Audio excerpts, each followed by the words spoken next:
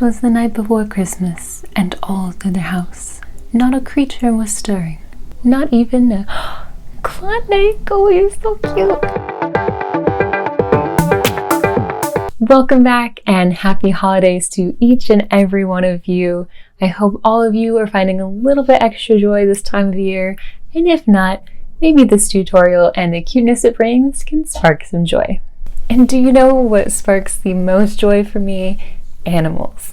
That is why this video is the second video in my donation time frame that is going to be helping out the North Shore Animal League. They help out many animals throughout the world, not just in the New York area and the United States, and I believe they do some wonderful work. So for every 10 views this video gets, along with my Halloween video, I'll be donating $1 to the North Shore Animal League. I will be leaving a link to their website for more information if you would like to get more familiar with the organization, or if you would like to donate directly to them yourself. I also have one more video that is loaded with cuteness that is in the works. However, that is my holiday bonus video. In order to unlock this bonus video, all you have to do is smash that like button, and if this video gets 5 whole likes, I will be posting that video around the new year.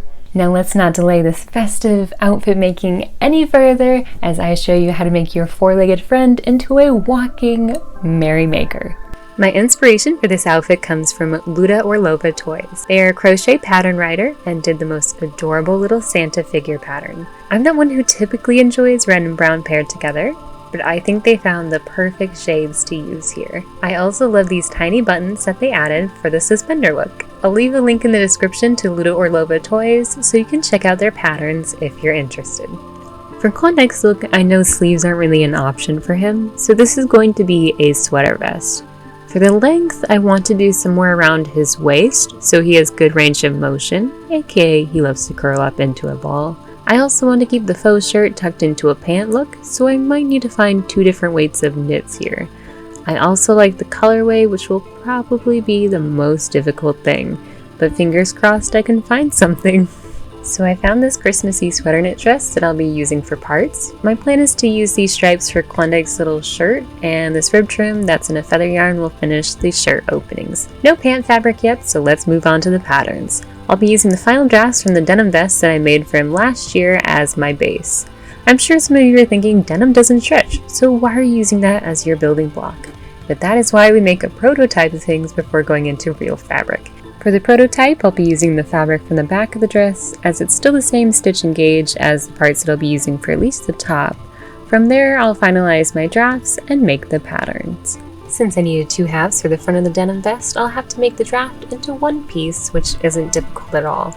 The denim back draft was one piece already, so that'll be easy to just copy over for the first draft. I also own a set of pajamas for Clondyke that I'm going to compare the neckline measurements with against the denim vest. I know this neckline is a little small for him, so I'm hoping to find a middle measurement to start with for the rib trim. With that out of the way, I can go ahead and start tracing over the rest of the first draft.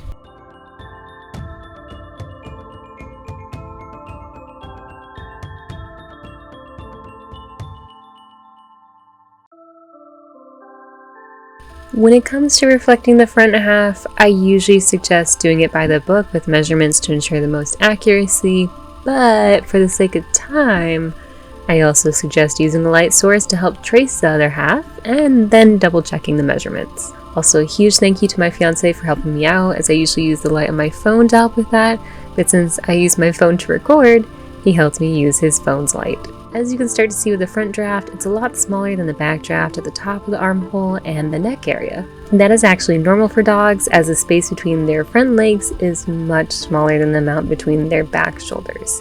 It's actually similar for most humans, except our difference between the front and back isn't typically that much.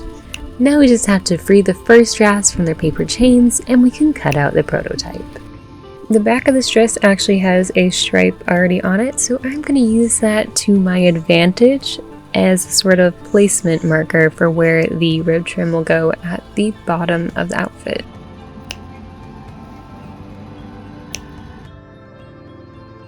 Alright, this might just be the 90s kid in me, but doesn't this green with black velvet remind you of Buttercup's outfit?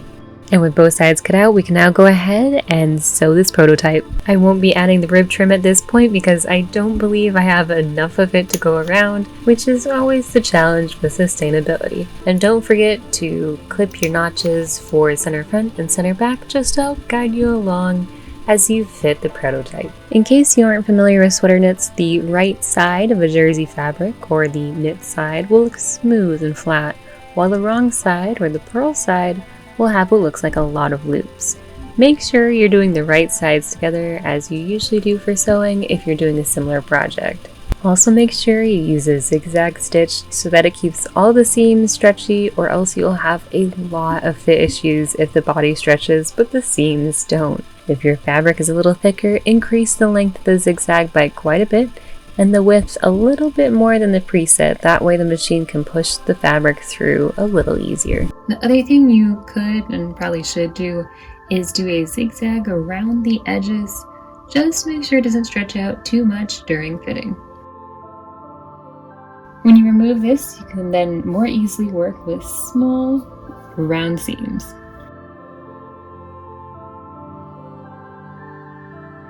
As you can see, this is already trying to come undone and completely unravel, so doing this, at least for my knit, was a very good choice. So as you can see, the fabric can still stretch, but now it is going to be staying somewhat in place. So let's go try it on Clondyke. Here is the first fit with Clondyke, and I'm going to make it just a little bit deeper in the back neck drop so that his harness can be used if we want to take him on walks with the vest on. I'll just blend this line to the armhole so it doesn't look so awkward. I think I'll be keeping this length too and just adding a thicker rib trim at the bottom. And let's not forget the payment for the fit model. Now usually I do a separate final draft, but for this project I just want to update the first draft since there's not too much of a difference in shape. I'll go ahead and measure out where I want the placement of the faux waistline, and I didn't get video of this since Clondyke was getting fidgety, but I did take in the sides at the bottom, so that will be marked out too. Then I'll mark out the new back neckline drop and blend it to the armhole along with some great close-up shots of my hair. With my adjustments marked out for the waist and neck, we have a little better picture of what the vest will look like, but I think I might drop these faux waistline seams a little lower just so you can see more of the stripes, since the stripes are a little big.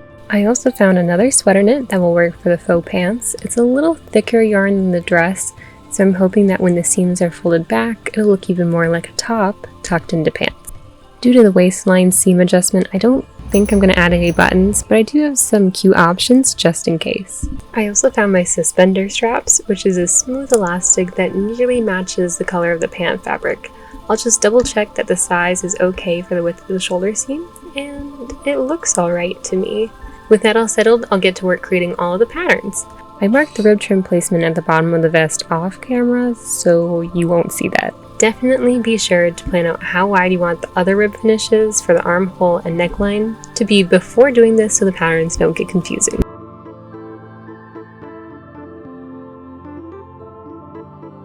For the rib finishes, all you need to do is measure out the total length at each seam line, subtract about half to a full inch depending on how stretchy your rib is, and that will be the amount that you need.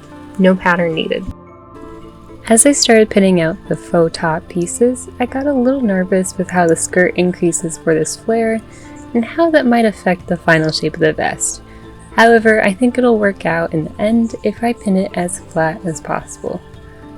The other thing is that these stripes will be a little curved due to the knit increases, but I don't think Clondyke will mind. With the faux shirt cut out, I can now measure my neckline for the rib after pinning one shoulder seam together. And with that measurement in mind, I can now go ahead and cut out the rib trim. All of the top pieces are cut out, so now I can move forward with the faux pants.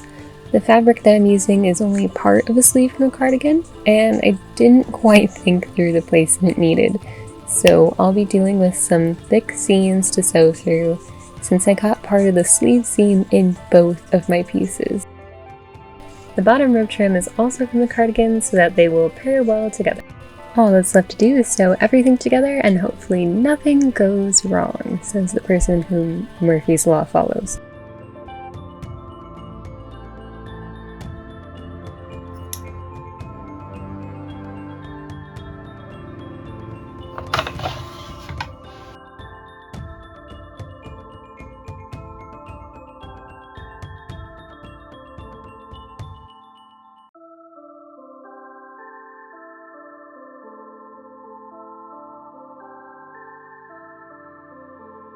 As you sew the rib trim together, you can actually finger press open the seams and they'll look a lot better. Some of these yarns have a low heat tolerance though, so be very careful if you choose to use an iron. When you go to pin the trims, the easiest way would be the pin to the middle method. Figure out where you want your seam to be hidden, pin that on, and then go to the opposite side of the trim and pin that. Then keep splitting the distance in half and pinning to that middle you find. Ideally, you'll be stretching the rib a little bit since this rib will stretch further than the body. If you don't cut the rib smaller and stretch it, the finished look will be a little wimpy. Just so you know, sewing this feather yarn makes feathers go everywhere. It's a very messy choice.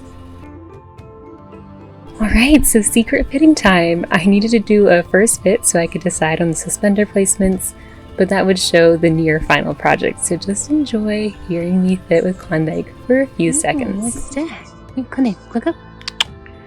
that fitting, I noticed my rib was still sticking out a little, so now I'm going to sew the trim at a slight angle to bring it in a bit. I can now add the suspenders, and just like the rib trim, cut a little less than what you need since it'll stretch a bit. Also, try your best at placing the straps to look equal. Keep in mind that things can shift a lot while sewing. 'Twas the night before Christmas, and all through the house not a creature was stirring, not even a Clondyke. Oh, you're so cute. And close that door behind you. It's like, excuse you.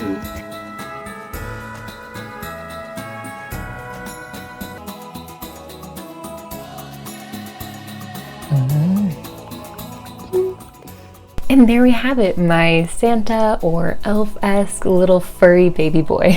What's great is that this was the easiest of the 3 outfits that I've made Clondyke so far to put on him, both for me and for Clondyke, so that right there is a win in my book. He also seems to be very comfortable in it, and I actually made it to where it can go over his harness, so in theory I could even take him on a walk around the neighborhood, sharing the merry joy, and I think he would really enjoy that. Also, as a reminder, don't forget to share this video with family and friends to help out the North Shore Animal League, and hit that like button if you want to see one more video before I go on a small break. And as always, take care, and I'll be seeing you here in the next video. Bye!